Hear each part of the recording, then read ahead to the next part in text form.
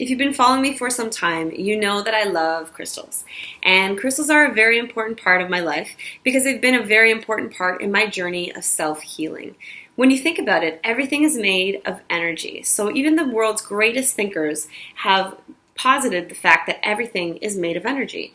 From Albert Einstein, Nikola Tesla, they've all understood the power of being able to harness energy to create things beyond our wildest imagination. So we tend to look at energy in terms of what we can see, touch, and feel. I know that car is driving down the street because it has energy from the gas that we put into it, and therefore it can move. I know that if I eat that apple, I'm going to get the energy from the apple into my body and be able to do something, be able to walk down the street because I've got that energy in my system. But what we tend to forget is the fact that other things have energy as well. So our thoughts, our feelings, our emotions, the stories that we tell ourselves about who we are and who we're not, what we can do and what we can't do in this world, all of those things have energy as well. So think about it this way.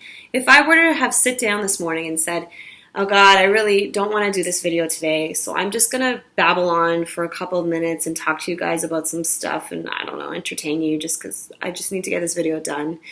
That kind of energy is very different from, hey, you guys, I'm really excited about something today and I want to share it with you. I want to share with you my experiences so that we can learn from each other and that we can grow from something.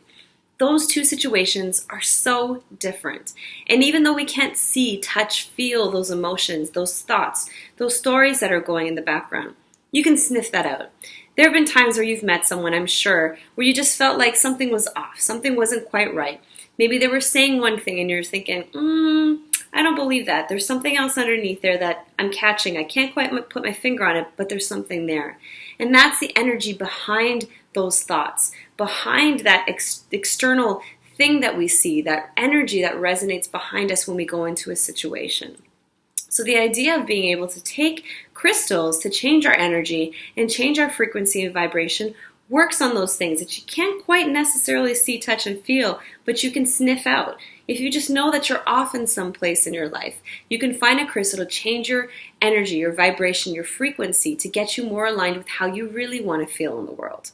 So for instance, rose quartz is one of my favorite crystals, and I will recommend this to anybody I know who's having an issue in terms of being open to love, being open to loving themselves, being open to loving their partners or other things in their lives. Because I've seen firsthand how rose quartz has changed my vibration, how it's basically brought in more love into my life for myself, for other people, and other things around me. And I've seen firsthand how it's happened with clients coming back to me to say, I got that rose quartz and things have really changed. Things have really shifted since I had that in my life.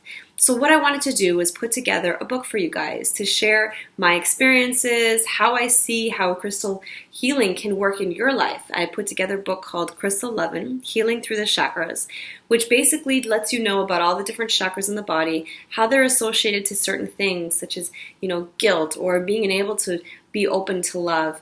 And the idea that you can take a crystal to find that frequency, that vibration that you want to do to introduce better feelings into your life of, being more open to love or being open to your creativity, being more grounded in your life. So I'd love to share this book with you, and if you've got any comments in terms of, how it works in your life, if you've tried crystal healing, your experiences, or if you haven't tried it before, what your thoughts are, I'd love for you to share them in the comments below. So enjoy the book, and if you get some crystals that are new that you haven't had before, I'd also love to hear about that. Thanks. We'll see you next week.